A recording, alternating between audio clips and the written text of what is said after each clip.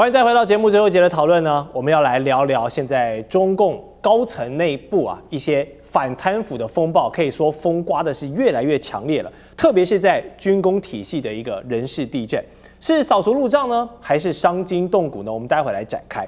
好，這幾天的最新判決是解放軍前後2任的國防部長，一位是從2018年做到2023年的魏鳳和。還有他的接任者，但是2023年上半年才做一半就被查的李尚福，這2個人最新的判決出來了，因為有收賄跟行賄罪呢，一審判處死刑，緩刑2年來執行，而且不得這個終身監禁，而且不得減刑跟假釋。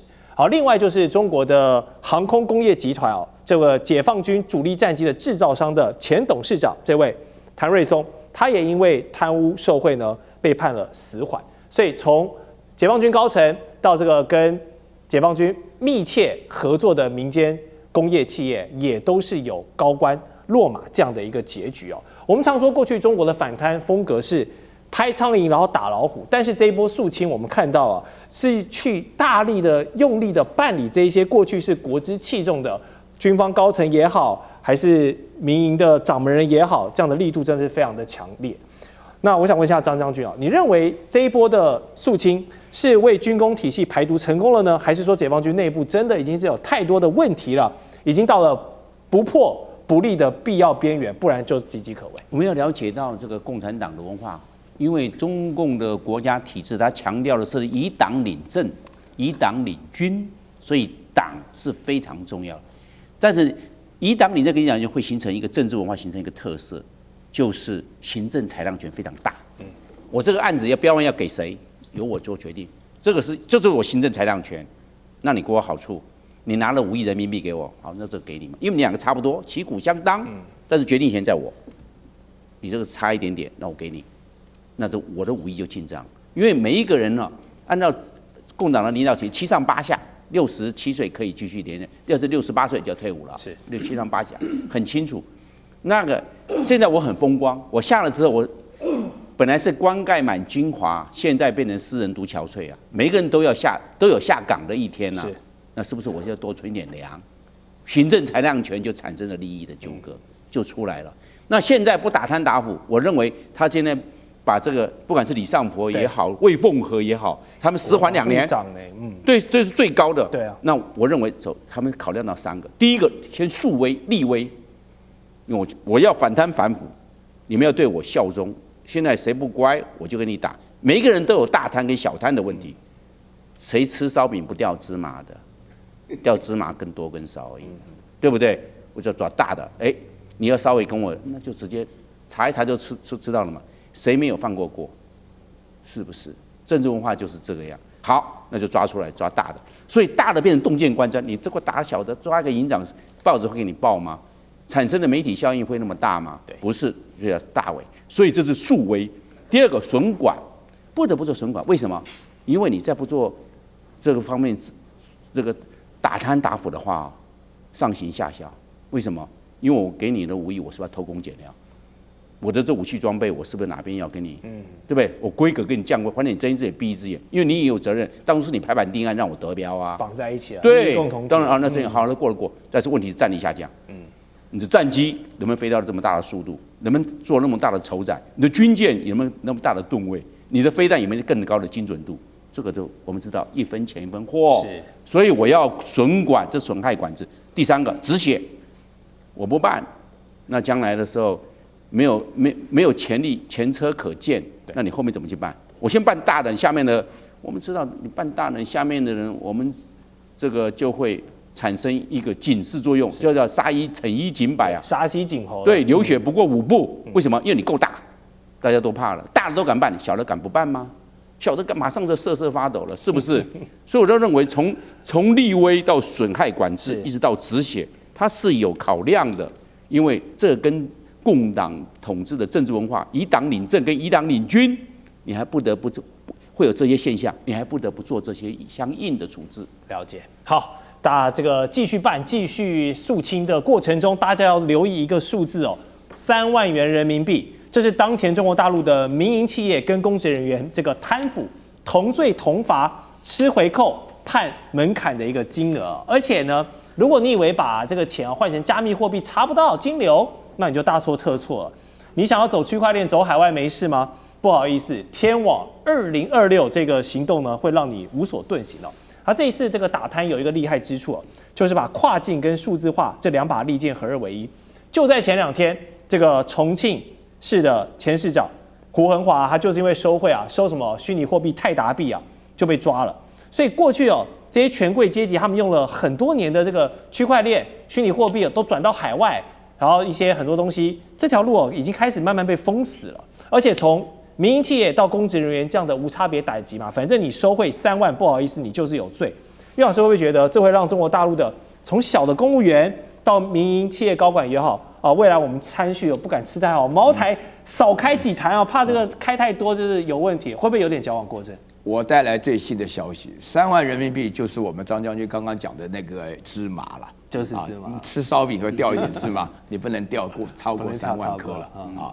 那麼這個是第一個哈，就是說我覺得這是一個好現象，因為我首先第一個從理論來講啊，就沒有人想到這個社會主義或共產主義他們會取得政權，一旦取得政權，這個權是權力也是 power， 擁有 power 的人啊，剛剛做的決定啊，那各式各樣的怪事啊。他自己可能很窮，他可能餓過肚子，但是他發覺他的權力已經大到可以讓自己幾代都富得不得了的時候，在這個分配的過程當中，多多少少會有一點非分之想。這個第一個的話呢，我們要知道，整個貪腐會形成一個文化啊。你就講的這麼大的軍人，大家知道大陸的軍人的地位跟其他人是不一樣的啊。如果你對大陸有點了解，像是大陸特別喜歡，我们名嘴當中有退將，那不得了啊，下轎。對不對？那像大學教授沒用，聽話的啊，這是第一個，大家要了解貪腐變文化，叫連根拔起這個文化。像這個魏鳳和、李尚福他們都是在香格里拉論壇裡面出現過的人物啊，那都是國際性的人，他現在被抓了。我覺得有這個勇氣，就是要確實要克服啊，我也有在大陸認得一些監法文人，他們基本上是嫉惡如仇了，這是可以了解。我覺得這個好現象。然後第二個好現象，就說句良心話哈。你中午吃飯喝茅台，你這不要命了嗎？啊，我們現在也60多歲了，對不對？那個美國的話，這個情況下，我說句良心話，中午吃飯了，我只要溫開水呀，對不對？我們現在一般來講的話，不是那種那個，那就粗茶淡飯了，也不一定粗茶淡飯了。大陸好吃的東西多得很啊，對不對？不一定要養生啊，就是在一定我不要忘了掉芝麻，那個芝麻還有些芝麻嘛，因為大家會覺得說，其實都非常好，是啊。然後另外的話，第3點，因為我們山東人，山東人哈，喜歡考編制，你懂我什麼叫考編制？喜歡當公務員了哈。我跟你講啊，現在當公務員的人啊，首先第一個，因為看到这麼大的官被抓起來啊，就不敢貪。對了。然後的話呢，他們的話呢，就是了解到自己的情況下，就是不能貪。自己會告訴自己，我今天擁有這個權利啊，不是來自於我不能夠做出這種非分的決定啊。有任何決定的話呢，就是要讓大家公開透明啊，也是非常好。這個風氣當中的話呢，我自己遇到了很多年紀比我輕10歲的公務員，他們跟我溝通的觀念的話呢，都會強調自己的話做不到事情。你問他們問事情的時候，就是包含為台商做事情，他們都不能夠非分，這個都是非常重要。然後第3個的話呢，大陸越來越好，不想貪，因為你原來你把錢放到美國，回來去到美國做義工養老什麼的，買幾個房子，這種夢完全不行了。在美國斬殺線，你年紀大了剛好被斬殺掉，那還得了？所以說你拿到錢都沒有用啊，跑不掉了。像我們到這個年齡的話呢，只想過好日子啊，那不想再過那種辛辛苦苦的流亡日子啊。所以你在這種情況下的話呢，我覺得整體而言這是個好消息啊。好，所以岳老師認為這個3萬塊這個緊箍咒啊，其實是好事一件，反正還會掉一些芝麻嘛，大家不要這撿太多，非分之想就好了。好，我們就來看呢，就連猜下一個落馬高官這件事情都可以拿來當賭注，這麼魔幻的事情呢，就發生在預測平台 Polymarket 上面。前段時間我們都見證了，真的是握有內線消息的人啊，哇，這吃香喝辣，靠着賭什麼？委內瑞拉馬杜羅總統會不會被抓？還有美伊中東戰爭軍事行動發動的這個時機點，可以說你有內線消息，你就可以賺得盆滿缽滿。但是如今呢，這股反腐風暴也吹進到了這個線上博弈的盤口。他們列了一連串名單顯示下一個落馬的中共高官可能會是誰。當然，這個名次跟賠率會因為整個國際局勢風吹草動而隨時有變化。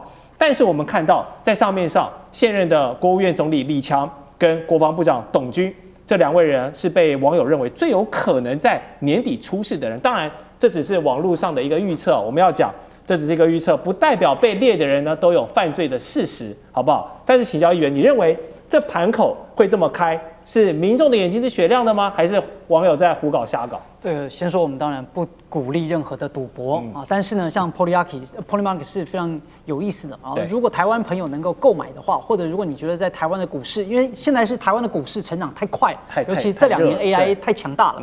那以前呢，就有朋友跟我分享說，在 Polymarket 至少有一個項目，你可以穩定每年獲利15%。那什麼呢？就每年都會有人開預測，那兩岸今年會不會開戰跟統一？是。好吧，所以你只要年初下去買，然後年底平安無事沒打仗啊，然後呢你就可以穩穩的獲利15%。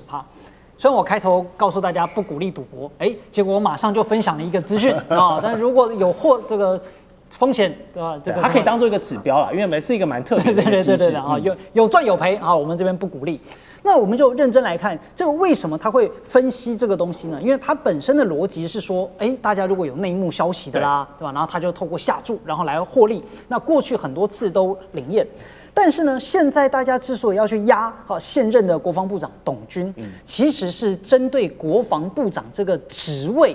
因為有2個前車之鑑了，對，因為已經連續嘛，就是連續命運的一種慣性思維。對，所以我覺得，與其是說對於犯罪事實的預判啊，什麼已經有人掌握到董軍的內幕啊，不如說是對當前解放軍內部的一個清洗也好，或者說這個打貪這樣的一種投射。就是如果要繼續打貪，如果要繼續打擊腐敗，那誰比較可能會被打掉？所以才選了董軍啊，因為前面也被打掉，沒錯。所以這樣的一個投射，倒不是說目前可能已經有人有具體的實證，董軍怎麼樣。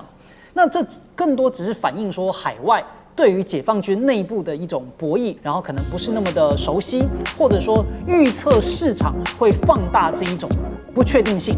所以 Polymarket 雖然它能夠捕捉到某一些的流言，但是当然它也很容易會被操弄嘛。所以在這一種的這個整個情報戰之中，那我們多數人往往都是瞎子摸象，誰能夠知道這個解放軍裡面內部是怎麼樣呢？比如說像前面的魏鳳和啊，跟李尚福啊。